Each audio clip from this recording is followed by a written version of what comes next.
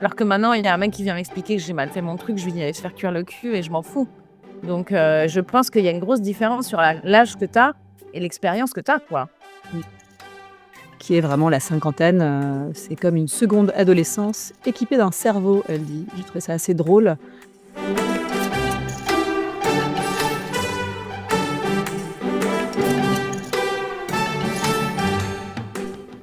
Bonjour à toutes et à tous et bienvenue au Book Club de Madame Boss, un podcast de copines pour discuter de lectures qui nous aident à avancer dans nos vies et dans nos carrières.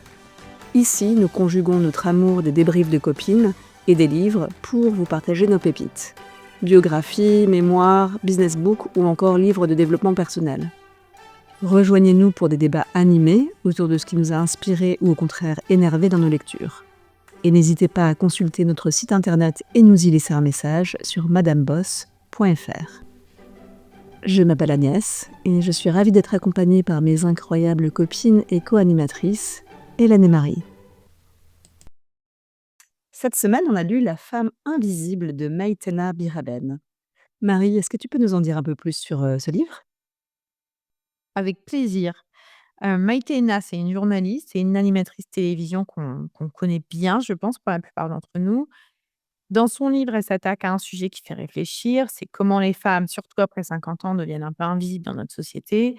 Elle nous raconte son expérience, mais pas que ça. Elle explore aussi un peu plus généralement ce qui se passe pour les femmes dans leur vie personnelle et au travail quand elles prennent de l'âge. Et même avant qu'elles prennent de l'âge aussi, elle nous parle un peu sous forme de mémoire.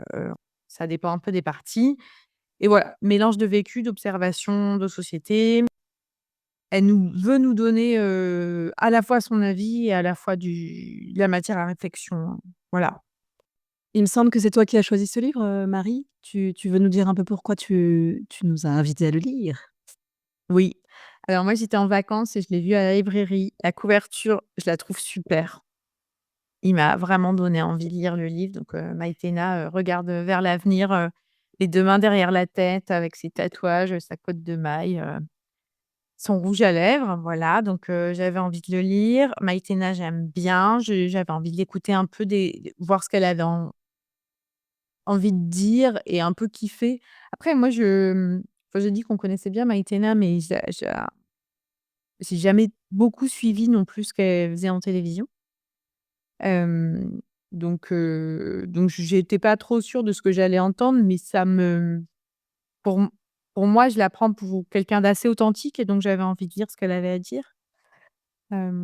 Et de manière générale, comme j'approche la quarantaine, ce sujet de comment, on se voit vieillissante, par quoi on passe, qu'est-ce qui se passe un peu derrière ce voile, hem, quand même, m'intéresse pas mal, donc je voulais vraiment tourner la tête un peu de ce côté-là. Et voilà, je pense que globalement, j'en ai eu pour mon argent.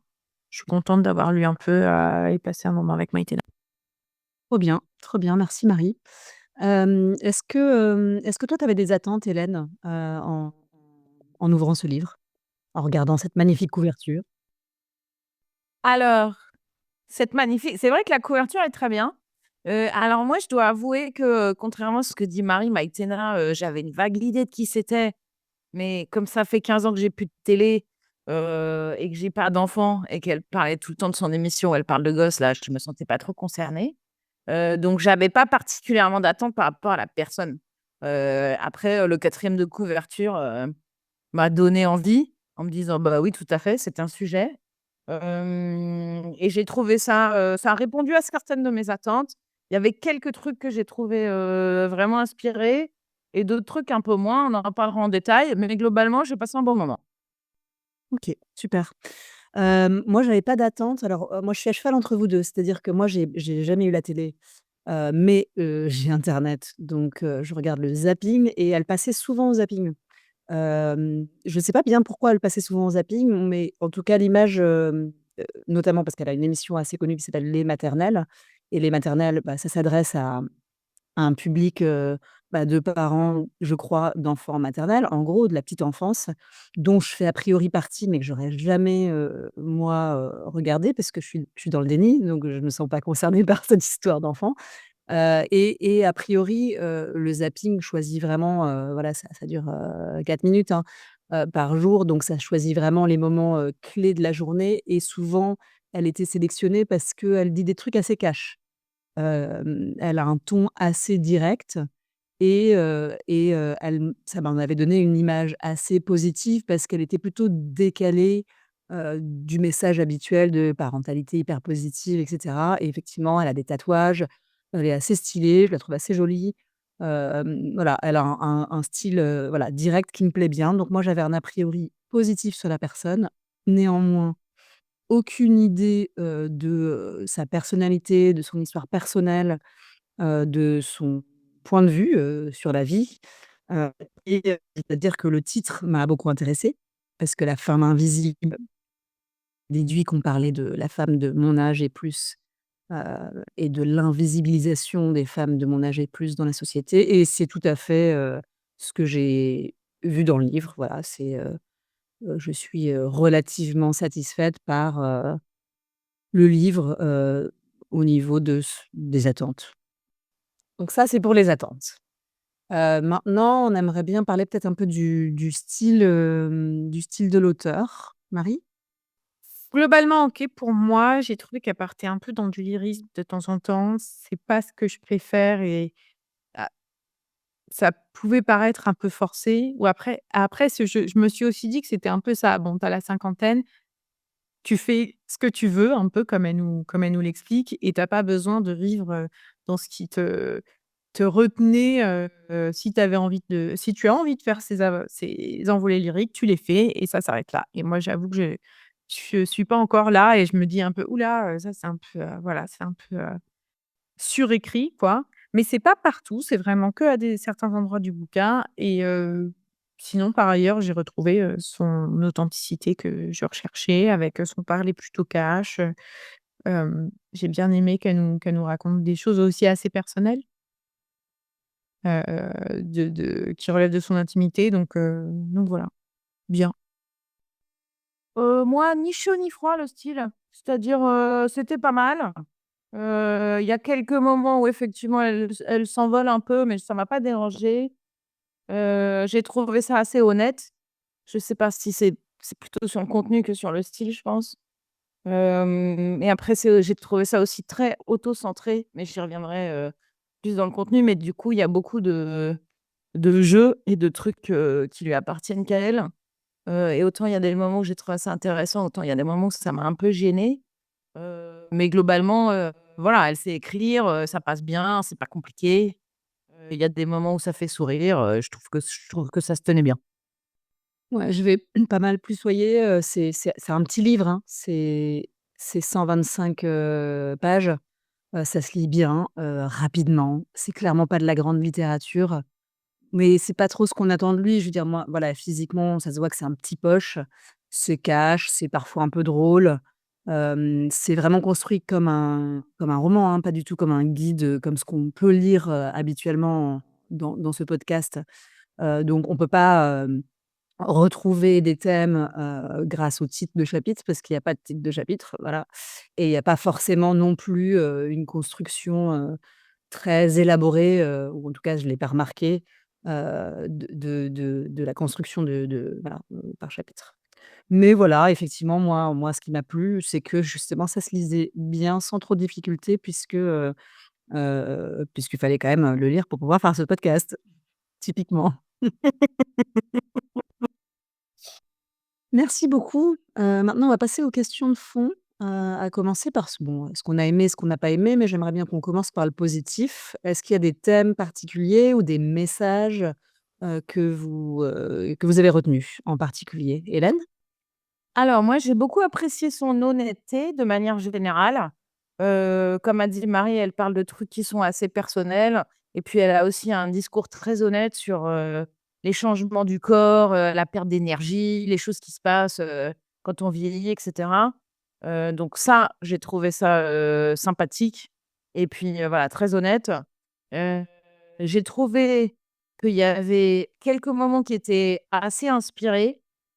Elle parle, notamment de l'opposition des genres, puisqu'elle parle de sa fratrie en disant qu'elle a des frères Et là, il y a quelques trucs qui m'ont pas mal parlé puisque moi aussi j'ai des frères, comme vous le savez. Et elle parle pas mal d'argent parce qu'évidemment, on sait qu'elle a eu du succès à la télévision, donc qu'elle a dû gagner très bien sa vie. Et donc il y a pas mal de choses là-dessus qui sont intéressantes où elle dit que c'est un marqueur, genré, l'argent et qu'en fait, on s'étonne, vraisemblablement assez peu qu'il y ait des hommes qui gagnent beaucoup d'argent, mais par contre quand c'est des femmes, tout de suite, c'est soit, ça pose un problème, soit c'est un petit peu, exceptionnel. Et après il y a toute une partie qui m'a vraiment parlé sur, donc elle parle de sa fratrie, et de la façon dont ils ont été élevés et elle explique qu'elle ne comprend pas la différence de traitement quand, on lui demande d'être au service du confort de l'autre. Alors je vais vous lire un petit extrait parce que il m'a vraiment bien plu. Elle dit: «Autant je n'ai jamais voulu être un garçon, autant il reste tout à fait incompréhensible que le fait que j'ai des seins et pas de testicules me dirige au service du confort d'autrui. Le fait que je puisse porter la vie ne justifie pas que je doive passer la mienne au service de celle des autres». Voilà. Donc il y a quelques moments que j'ai trouvé vraiment intéressants, heu, beaucoup d'autres trucs que j'ai trouvé plus anecdotiques, qui étaient un peu trop, centrés sur ce qu'elle a fait, sa vie, sa carrière, ça m'intéressait moins. Après il y a des bonnes références, elle parle notamment assez longuement, du de la plaidoirie de Gisèle Halimi et voilà, c'est net, il y a des choses qui m'ont parlé et j'ai trouvé qu'elle le faisait de manière, assez cash. Et sans se voiler trop la face, sur le fait que, voilà, elle avait plus de 50 ans et qu'effectivement, il y avait des choses, qu'elle ne faisait plus ou que les gens ne pensaient qu'elle ne pouvait plus faire. Mais elle délivre quand même un message très positif qui, en gros, résume à, on fait ce qu'on veut, quoi.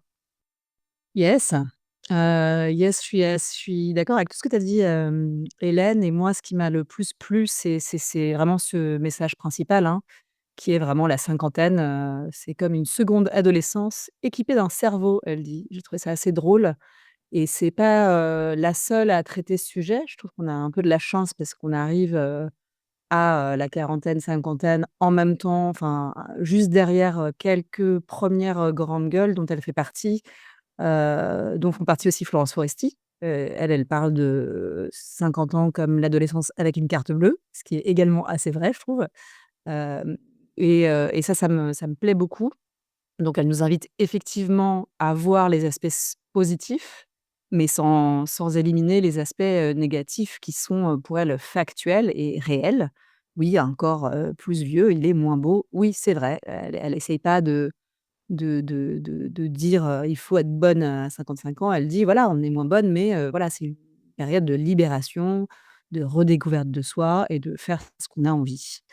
Moi, je suis en plus une femme de j'ai pile poil 45 ans là et moi je me sens à la fois plus jeune et plus vieille. Je pense que on se sent toujours un peu plus jeune, parce qu'on se voilà, parce que je crois que c'est comme ça que c'est la vie. On se sent comme quelqu'un de plus jeune et on se croise dans le miroir, on se dit: «Waouh, c'est Gisela» et c'est moi. Bon, voilà, je pense qu'on se voit pas vraiment, autant vieillir que ça parce qu'on se voit pas physiquement.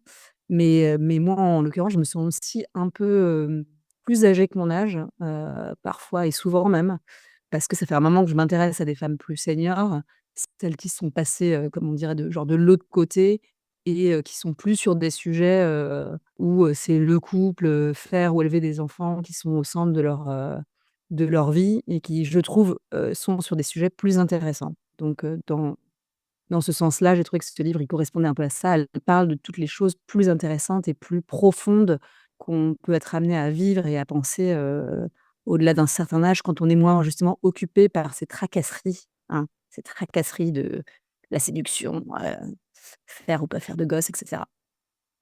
Après, elle parle beaucoup de l'invisibilisation des femmes et qui est une réalité. On prend des femmes de 20 ans pour, jouer des femmes de 30 et des femmes de 40 pour jouer des grands-mères quand même à la télé, donc c'est quand même un peu catastrophique. Ce qui fait qu'il y a assez peu, de modèles, de 45, 50, 55 ans. Donc elle nous rappelle qu'effectivement, c'est que la société pense que soit on est, quand on est jeune, on sert à être bonne, bonne à toucher, bonne à palper, bonne à baiser, quoi. Puis après, on doit procréer et puis d'un coup, on servirait plus à rien, en fait. Donc elle cite, des pentes là, page 20. Bon, ça fait très, très mal cette phrase de Despentes, hein, qu'on adore, qui dit, «À 45 ans, j'étais jeune. À 46, ça sentait le roussi. 47, 48, 49, on approche. 50, on atterrit». Bon, moi, perso, comme je viens d'avoir 45, ça alors ça fout quand même les boules, quoi, parce que j'ai l'impression d'avoir déjà basculé, mais en fait non, le pire est à venir apparemment, d'après Despentes, qui a quand même un peu tout le temps raison, quoi, donc bon, un peu les boules. Hem, Après, voilà, elle nous invite à combattre, ces stéréotypes-là et elle se reconnaît pas dans ces injonctions et elle en propose d'autres. Donc je vais relire un passage, qui m'a plu. Hem, Elle dit: «Je ne suis pas le récit que l'on fait de la femme ménopausée, vieillie et asséchée, finie, terminée, sans envie, virgule, sans envie, virgule, sans». Et elle ajoute: «Tout chez moi est avec des seins qui tombent, avec des rides solaires, avec des coups de mou, avec une richesse de savoir, avec des pépins de santé» et cetera et cetera. Ça m'a pas mal plu cette idée de fo de focus sur, pas seulement ce qu'on perd, mais sur ce qu'on gagne, y compris quand c'est des rides. D'une manière de les tourner de manière un peu comme, voilà, les rides aussi de l'expérience et de la vie. Je dis ça, j'ai beaucoup de rides, hein, c'est c'est certainement que ça m'arrange. Et voilà, et je vais clôturer en disant, voilà, elle nous invite, à aussi se aider la nouvelle génération à se défaire de toutes ces injonctions, mais pas forcément attendre 50 ans, et je suis assez d'accord avec elle. C'est-à-dire, moi, voilà, j'ai une fille de 10 ans, je trouve ça intéressant de pas lui montrer que c'est seulement, à 45 ou 50 ans que d'un coup on se défait de toutes les injonctions sexistes, voilà, de par lesquelles nous, notre génération est passée, mais je souhaite vraiment que la génération d'après s'en défasse, beaucoup plus tôt. Et cette dernière phrase qui a retenu mon attention, qui est qu'on passe notre vie à s'adapter au monde extérieur et à ses injonctions, et elle nous invite à dire: «Bah non, maintenant c'est au monde de s'adapter à nous». Et je suis bien d'accord, qu'il nous fasse bien de la belle place puisqu'on est 50 de la population, française quand même. Donc on est nombreuses, quoi, enfin, féminines. Voilà, donc j'avais quand même pas mal de trucs assez positifs à dire. Marie. Et ben, moi, j'ai complété en disant elle me plaît bien à régler ses comptes un peu dans son bouquin. Je vais aussi vous citer un petit extrait. Elle est longue la liste de ceux qui ont tenté de siffler la fin de ma récré, en particulier dans le milieu professionnel, y compris des gens intelligents. Et ces personnes-là, je les méprise. Il est fort ce mot, mais juste. Ils m'ont regardé en me réduisant à ma situation civile et en pensant mater mon exotisme, mon indocilité. Tout ça entre guillemets. N'étant pas une jument, je n'ai pas à obéir entre guillemets à qui que ce soit et je les estime donc à la hauteur où ils se placent, celle de mon mépris. Voilà. Ça, j'ai trouvé ça pas mal. Et je trouve que c'est bien aussi, en fait, de régler ses comptes, surtout qu'on sait comment on a grandi, hein. Fallait être gentil, fallait pas, se plaindre, s'énerver, tout ça. Donc au final, on quand est-ce qu'on peut régler ses torts? Voilà, et je trouve que ça c'est bien qu'on commence à le faire.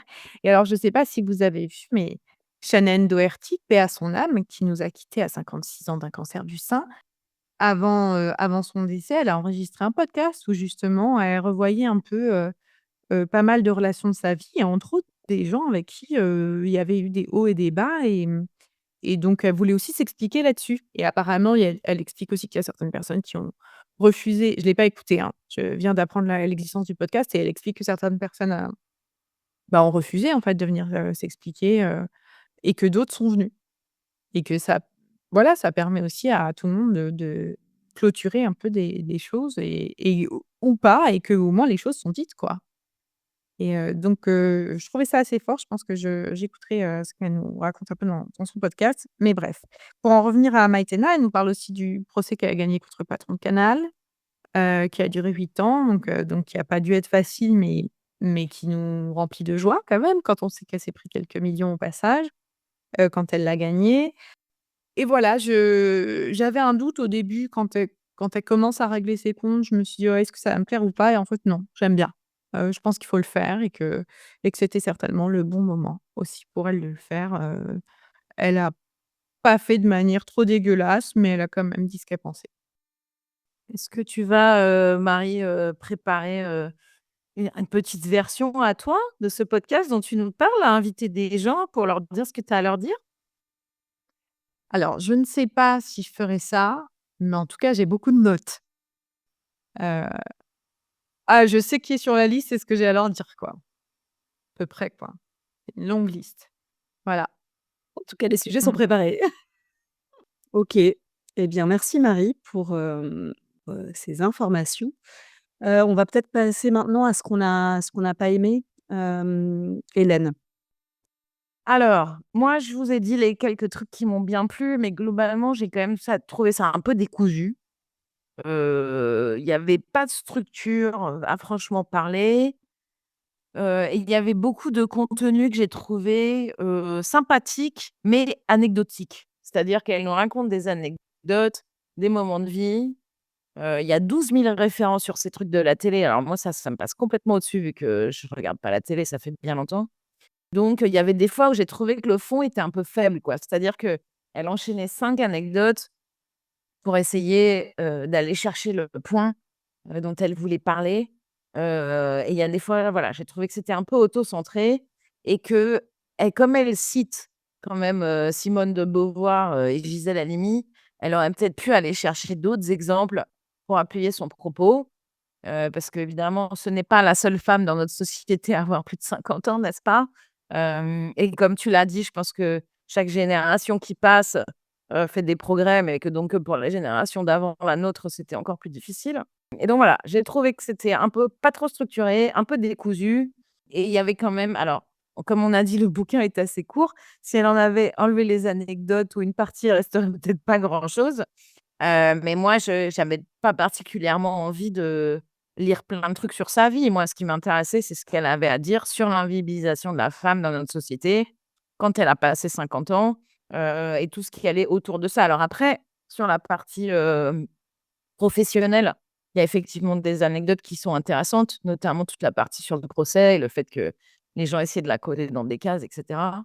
Moi, comme vous le savez, j'ai travaillé dans un milieu extrêmement macho, très masculin pendant longtemps, donc je vois bien comment ça peut faire.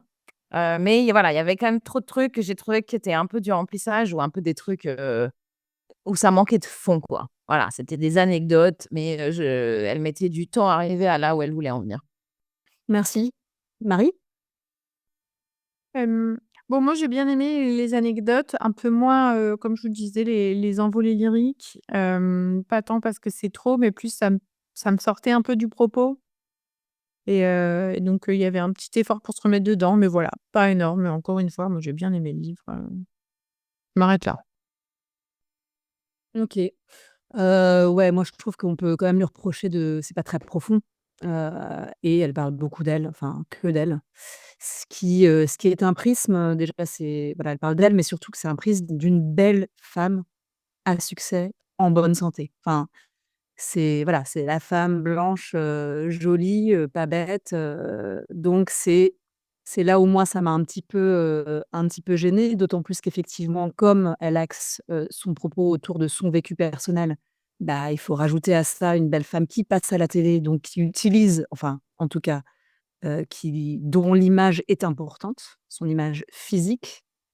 Donc il y a une partie de la lecture que j'ai trouvée intéressante parce que, voilà, ça peut être intéressant de savoir qu'est-ce que c'est que d'avoir un métier où, en plus d'avoir les injonctions d'une femme, tu as l'injonction en plus d'être belle et intelligente, mais pas trop. Enfin voilà, c'est pas inintéressant.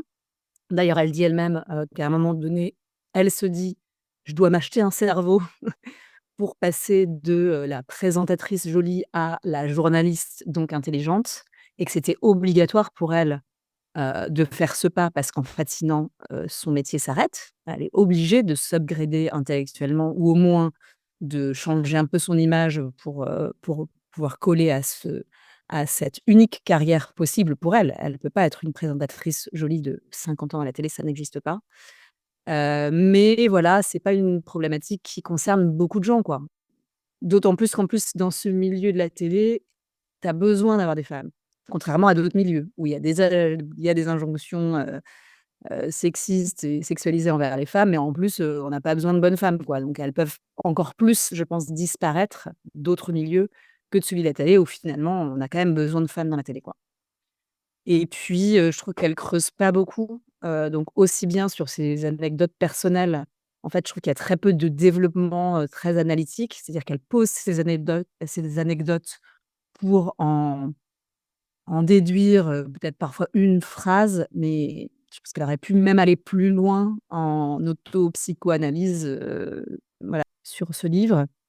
Et puis sur l'analyse de la société, moi je trouve que c'est très peu chiffré, quoi. Elle donne de temps en temps, des chiffres sur combien on est et cetera, mais ça aurait pu aller quand même, beaucoup plus loin. La sociologue en moi a été un peu, n'a pas été rassasiée et puis il y avait pas de petits, il n'y avait pas, des notes de bas de page ou des choses comme ça à aller creuser. Voilà, c'est tout ce que j'avais à dire et Marie, peut-être que tu voudrais rajouter? Oui, je vais la défendre un peu, mais je c'était pas non plus le sujet du bouquin, je pense. Elle prétend pas faire un essai de sociologie, juste enfin, après, je viens de regarder le 4e de couverture, il précise pas comment il qualifie le livre, si c'est un mémoire, si c'est autre bon, on va dire, du coup, un essai. Dans un essai, tu fais un peu ce que tu veux, mais donc voilà, c'est juste pour la défendre un peu. Elle nous vend pas plus que ça. Non, non, non, et c'est pour ça que je dis, c'est moi j'ai trouvé que comme elle c'est ni l'un ni l'autre, enfin voilà, que si elle avait fait, l'un ou l'autre, ça aurait pour moi donné un peu plus de corps. Après je l'ai trouvé, très agréable à lire et d'ailleurs, ça va nous permettre d'aller directement sur la dernière question, de ce podcast, c'est qu'est-ce qu'on va en faire? Et je vais commencer. Moi, je vais le garder. Je le trouve, tout à fait bien. Je vais le mettre dans ma bibliothèque, je me permettrai de le suggérer ou de le prêter. Enfin, je veux dire, je reste globalement, très satisfaite de cette aventure de 2 jours que j'ai eue. Du coup, j'ai pu le lire assez rapidement, donc ça, c'était aussi ça m'a mis un petit peu en joie de le lire vite. Voilà, donc Maïtena Biraben m'a accompagnée à un festival de musique, je l'ai lu dans une tente, c'était une des meilleures parties de mon week-end. À qui Comme je le répète, la couverture est très sympa, tu peux même le mettre en tête de gondole, sur ton étagère. Hem, Moi, je vais le garder aussi et pourquoi pas l'offrir à des copines, qui commencent à regarder de ce côté-là. Peut-être pas forcément avant parce que ce que je retiens aussi de son livre, c'est qu'il faut quand même en profiter, tant qu'on n'est pas invisible. d'être encore bonne. Bah, après non, mais c'est intéressant parce qu'elle parle aussi de son rapport au corps et du fait que justement, elle il a fallu qu'elle passe 50 ans pour se dire: «Allez, c'est bon, je m'en fous, je mets pas de paréo, quoi». Mais donc je pense que c'est aussi le genre de conseil que je cherchais dans ce livre, de se dire: «Ah OK, comment est la vie, comment tu la vois de ce côté-là?» Et voilà, mais je vais pas forcément l'offrir à des copines qui se posent pas ces questions, tout de suite, mais bientôt, je leur offrirai quand même. C'est intéressant ça. Hélène? Ouais, bah, moi, je vais le garder aussi. Je l'ai trouvé, sympathique, hein, même si parfois anecdotique ou un peu dépourvu de fond. Je pense qu'effectivement, c'est peut-être pas un cadeau à faire trop tôt, comme dit Marie. Parce qu'après la petite phrase que tu nous as donnée Agnès là, qui définit la fin de la quarantaine, ça te flingue un peu le moral. Mais, je peut-être je m'y référerai à nouveau et puis je vais peut-être l'offrir un peu autour de moi parce que moi aussi cette année, je vais avoir 45 ans et donc, bientôt je suis dans la bonne tranche d'âge. Donc du coup, il y a plein de gens autour de moi aussi quoi, qui sont dans la bonne tranche d'âge. Moi, j'ai quand même, envie de rebondir. Je suis un peu choquée de ce que vous venez de dire toutes les 2 sur, je ne veux pas l'offrir trop tôt. Alors déjà, ça va contre, quand même, un de ses messages principaux qui est que, on doit justement pas attendre d'avoir 45-50, 55 ans pour, enfin se mettre au centre de l'histoire et être à l'aise avec son gros cul, et tout ça. Donc au contraire, moi je trouve que si on veut moins invisibiliser la femme, de, 40-45-50, faut au contraire qu'elle existe aussi aux yeux des vingtenaires et des trentenaires et ah, elle est pas d'accord Hélène! Alors moi je suis on va se C'est pas que je suis pas d'accord, c'est qu'en fait, je pense qu'une partie de ce qu'elle dit et ça pour le coup que j'ai trouvé intéressant, c'est qu'elle, comme tu disais tout à l'heure, elle décrit, que oui, tu as les seins qui tombent et des rides, mais tu as l'expérience qui va avec et moi je pense qu'à 25 ans, j'aurais pas du tout eu la même lecture de ce livre que j'ai maintenant parce que, il me manque 20 ans d'expérience, quoi. Donc je pense qu'il y a peut-être d'autres façons d'aider les générations avant ou les femmes plus jeunes à ne pas faire de compromis ou de concessions, mais aussi à ne pas invisibiliser les femmes plus âgées. Mais par contre, je pense que moi, ce message-là, il y a 20 ans, je ne l'aurais pas du tout reçu. Tu vois, parce que j'avais pas les rides, j'avais pas les seins qui tombent, mais surtout, j'avais pas les 20 ans ou 25 ans d'expérience où il y a des mecs qui viennent expliquer que je sais pas faire les trucs, tu vois? Et qui clairement était son cas aussi. Alors que maintenant, il y a un mec qui vient m'expliquer que j'ai mal fait mon truc, je lui dis: «Allez se faire cuire le cul» et je m'en fous. Donc je pense qu'il y a une grosse différence sur l'âge que tu as et l'expérience que tu as, quoi. Et le fait qu'en fait, tu vas leur dire d'aller se faire cuire le cul avant même qu'ils viennent te parler, non? Parfois, ça dépend des jours. Tu l'as gravé sur la porte de ton bureau, de toute façon. Je suis d'accord avec ce que tu dis et je me défends en disant que si je dois offrir un livre de quelqu'un de plus de 50 ans, ça sera Maïtena plutôt qu'un vieux mec blanc, quoi. Je préfère offrir son bouquin que, les mémoires de Dupond-Moretti. Quel choix intéressant! Les mémoires de Dupond-Moretti. OK. Mais sinon effectivement, moi ça a répondu à des questions que je me posais et donc j'étais contente de le lire, mais si les gens se posent pas des questions, je sais pas si je vais leur dire: «Tiens, il m'a tellement appris ce livre», non plus, quoi. Mmh. Non, effectivement, faut quand même être un petit peu, intéressé par cette histoire-là, je suis d'accord. Effectivement, sinon il n'est pas intéressant, en fait, à lire. Enfin, c'est pas un roman épique où il se passe plein de trucs. Ça reste, voilà, un témoignage d'une meuf chouette, mais qui traverse un truc, que quand on a 35 ans, on sait même pas que ça existe, hein? Ça n'existe pas parce que c'est l'histoire des vieilles, quoi. Bon, bah, très bien et écoutez, bah, merci beaucoup de nous avoir écoutés. On a passé un merveilleux moment ensemble encore aujourd'hui. On a hâte, de vous entendre. N'hésitez pas à nous envoyer un petit message, sur, le site internet. Merci de nous avoir écoutés.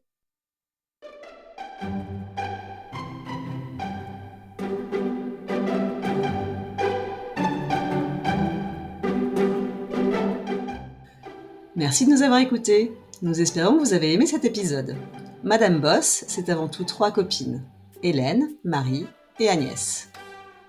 Moi, c'est Hélène. Je suis la madame boss qui travaille 60 heures par semaine, mais qui essaye de s'en sortir, tout en réfléchissant à mes prochains business. Je lis des tonnes de livres et j'adore les stabiloter. Moi, c'est Marie. Je suis un madame boss qui se déclare sceptique du développement personnel, mais qui passe mes week-ends à faire des programmes pour atteindre mes objectifs. Et moi, c'est Agnès. Je suis la Madame Boss qui ne se souvient pas de tout ce qu'elle lit, mais qui adore les podcasts, les copines et le temps libre qui nous permet de vivre de nouvelles expériences. Si vous voulez nous soutenir, n'hésitez pas à laisser une note sur votre application de podcast préférée ou à nous envoyer un petit message. Merci et à bientôt!